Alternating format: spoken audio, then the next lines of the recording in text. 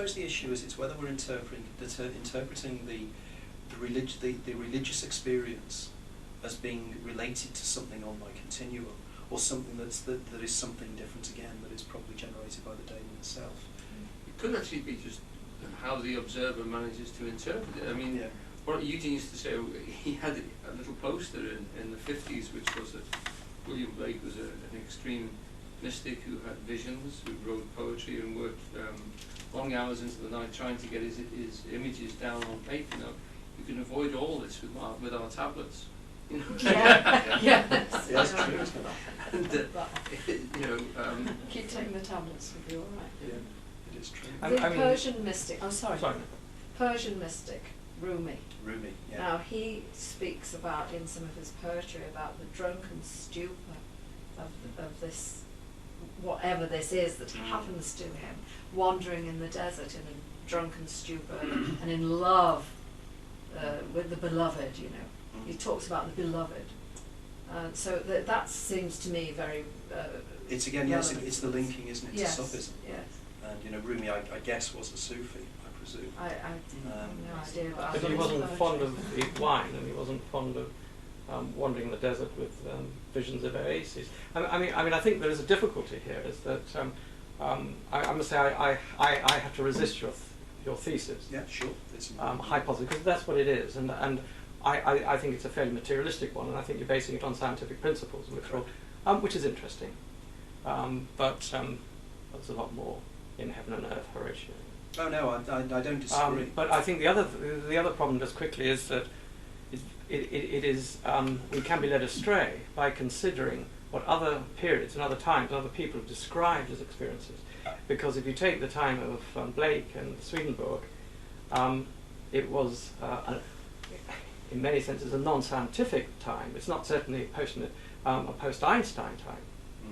So to actually look back and see what they describe, we have to be very careful. I mean, they would tend to couch it in poetic and religious terms. So I mean, I think it's very important the words that, I mean, it is important the words that you use, and you're using them carefully. But that's all. That's the only comment I think I'd make, is that in a way it's definitional what you're doing.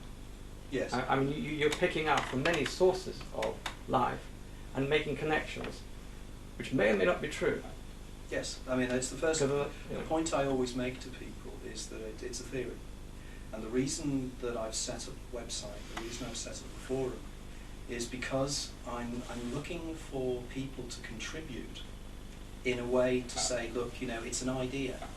Let's see how far we can take it. And if there are areas that don't make sense, or there are areas that, for whatever reason, I've got the wrong end of the stick, I'm very keen to have dialogue with these people, because it's only by people pointing out to me, because the subject matter I deal with is literally so wide that effectively no one human being, I think, could be an expert in all those areas. So therefore what I'm saying is to the other experts is to come along and say, right, you know, you haven't quite got this right, and that's what I'm looking for. At the moment the theory seems to work. It has a lot of inner logic to it, and I think if you have you read my books, by the way? No.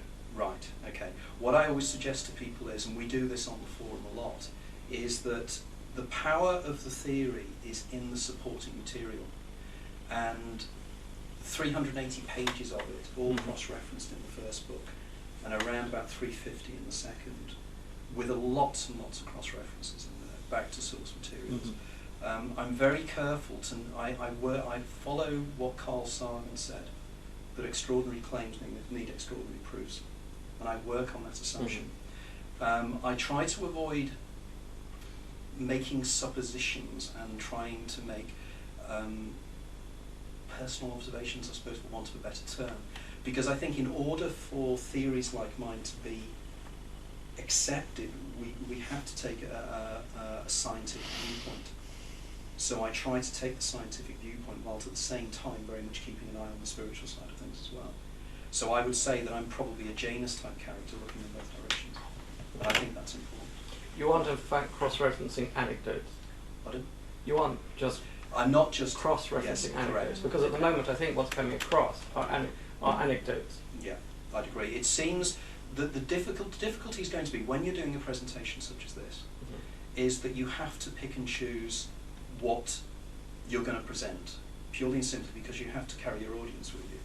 Now, I could go off on tangents, and I don't know if anybody's seen my particle physics talk, but that very much deals with the hard science of the theory.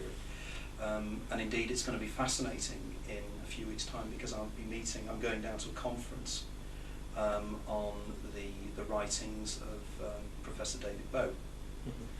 And I'll be meeting Professor David Peake there. David, actually, funnily enough, comes from Heswell originally, and he worked with Bowe in the 1950s and 1960s. And it would be fascinating to talk to him from the scientific side, because again, he's somebody that's taking a scientific viewpoint but going into the spiritual. I mean, if you've ever seen the discussions between David Bowe and Christian Murty, they're really quite fascinating to watch, the dialectic between the two of them, and both finding areas of overlap in the middle. And I think that's important. There's too much of a battle between science and philosophy, for want of a better term, and I'm trying to bridge it, if I can. Is that your goal? Yeah. Well, it's an interesting thing to have a goal. I've never really had a goal. It's all just happened. I never had a game plan at all along with this whole exercise. It started literally as trying to explain déjà vu, and it just spun off into so many wonderful areas, and I've learned so much.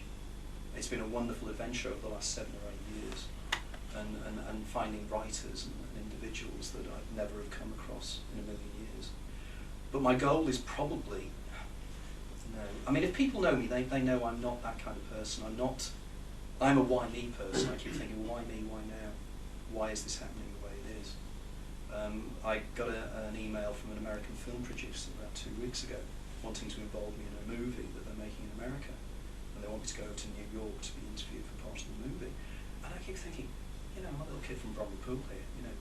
This doesn't happen to people from Bromley Pool. But it seems that other people are taking the ideas, and it seems to resonate with certain people. It's a term I use, it's not my own term clearly, but Weltgeist, and the idea of that there is an undercurrent. Because if you look at the themes I'm dealing with here, they're in movies, they're in books, they're in films. On the forum we have something called Itladian literature and Itladian cinema. And Itladian is just the initials of my first book.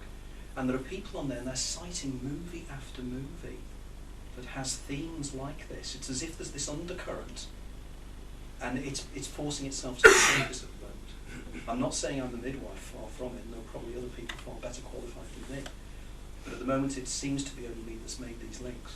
I'm sure it isn't, but it seems to me at the moment that's the case. Well, one of the things that concerned me was my own possible self-delusion in respect of about 40 years ago.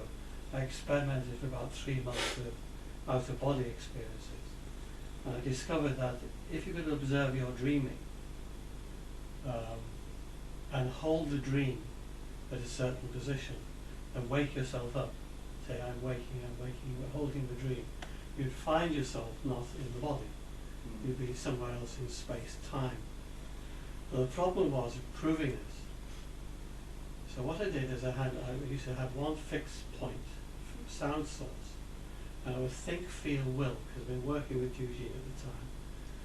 And by thinking a certain distances, feeling a certain distances, and willing a certain distance, I apparently moved in space and time.